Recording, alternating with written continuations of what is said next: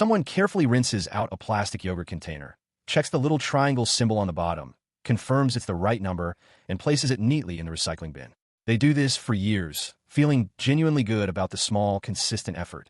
In a meaningful number of cases, that container never actually gets turned into a new product. It gets sorted, baled, shipped somewhere, and eventually landfilled or incinerated anyway, sometimes on the other side of the world, sometimes just a few miles from where it started.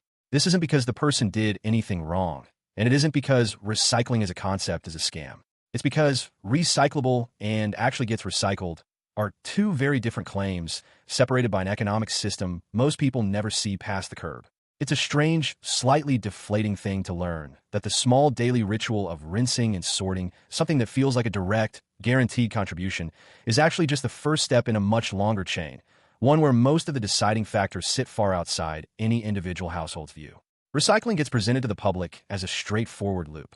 Sort your materials correctly, put them in the right bin, and the system handles the rest, transforming trash back into raw material through a process that mostly just requires consumer compliance.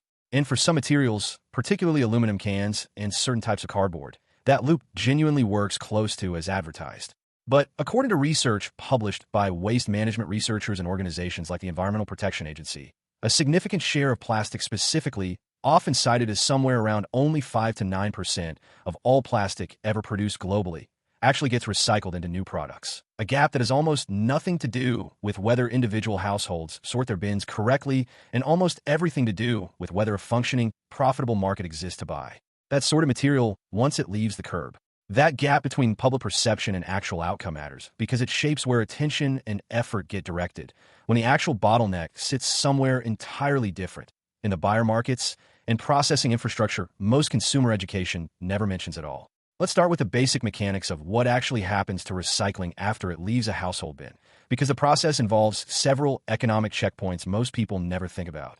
Once collected, recyclables get transported to a materials recovery facility, where machines and workers sort mixed material by type, plastic from glass, from paper from metal, and within plastic specifically, by resin type, since different plastic polymers can't simply be melted down together.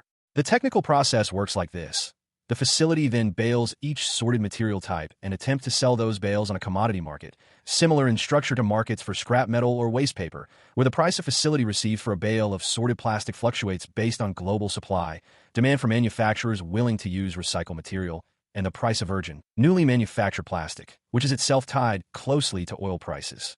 If nobody is willing to buy a specific bale of sorted material at a price that covers the cost of processing it, that material doesn't get recycled regardless of how carefully it was sorted at the household level. It gets diverted to a landfill or incinerator instead, often without any public announcement that this happened.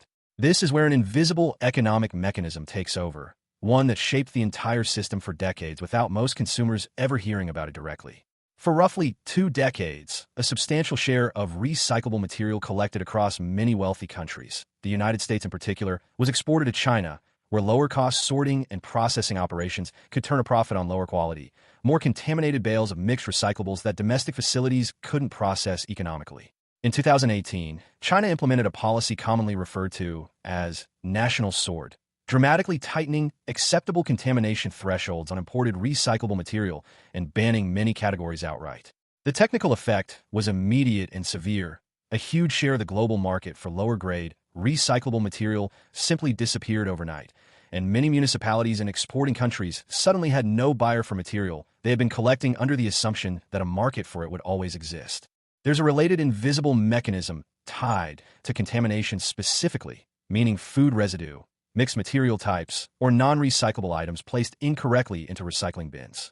A single container with food residue can contaminate an entire bale of otherwise clean material, since sorting facilities process enormous volumes quickly and can't inspect every individual item by hand. Contaminated bales sell for meaningfully less money, or don't sell at all, which means a small number of households sorting incorrectly can undermine the economic viability of recycling for an entire municipal collection route, turning what should have been valuable, sellable material into something a facility has to pay to dispose of instead.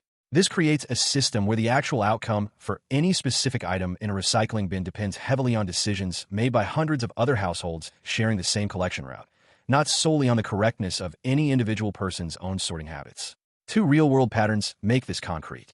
Multiple U.S. cities and counties have publicly acknowledged, In the years immediately following China's national sort policy, quietly shifting a portion of their collected recyclables to landfills or incinerators because no buyer existed at a viable price, while continuing to operate curbside recycling collection programs uninterrupted, since discontinuing the program entirely would have been more politically and logistically disruptive than continuing to collect material that sometimes ended up landfilled anyway. A second pattern shows up specifically in plastic types, where research has consistently found that plastics numbered 1 and 2, primarily bottles and jugs, get recycled at meaningfully higher rates than plastics numbered 3 through 7, a category that includes many yogurt containers, clamshell packaging, and other common household plastics, because a reliable, profitable buyer market exists for the first category in a way it largely doesn't for the second, regardless of how clean or well-sorted that second category of material happens to be. This challenges the common assumption that recycling is primarily a logistical and behavioral problem, one solved entirely by getting individual households to sort correctly and consistently. In reality, a meaningful share of whether any specific piece of recyclable material actually becomes a new product depends on the existence of a functioning market willing to pay for it, a factor entirely outside any individual household's control or awareness. The friction point isn't that consumer sorting doesn't matter. Contamination genuinely does undermine outcomes. It's that the household-level framing of recycling success obscures a much larger structural question about whether processing infrastructure and buyer demand actually exist for a specific material in a specific region at a specific point in time. Zoom out, and this same individual compliance obscures a larger structural economics problem. Pattern shows up in other environmental and civic systems too. Composting programs face similar market dependency issues, where collected organic waste requires a buyer, often agricultural operations or landscaping companies, willing to purchase finished compost at a price that justifies the collection and processing cost. Electronic waste recycling programs depend heavily on whether a market exists for recovered rare metals and components, a market that fluctuates with global commodity prices in ways individual consumers dropping off an old phone have no visibility into at all. In every one of these systems, the visible individual-level action, sorting correctly, participating consistently, functions as a necessary but not sufficient condition for the environmental outcome people assume it guarantees. What connects all of these examples isn't a particular material or program. It's the general pattern of civic and environmental systems presenting themselves to the public primarily through the one part anyone can actually see and control, while the part that actually determines the outcome operates several steps further downstream, largely invisible unless someone goes looking for it specifically. So the next time a carefully rinsed container goes into a recycling bin, it's worth remembering what that action actually represents within the larger system it enters. It's a genuinely necessary step. Contamination-free, well-sorted material is a prerequisite for any of this working at all, but it's only one link in a much longer chain that depends just as heavily on distant commodity markets, processing infrastructure, and buyer demand that no individual household action can influence directly. The habit is still worth keeping. It just isn't the whole story of whether that specific container ever actually becomes something new.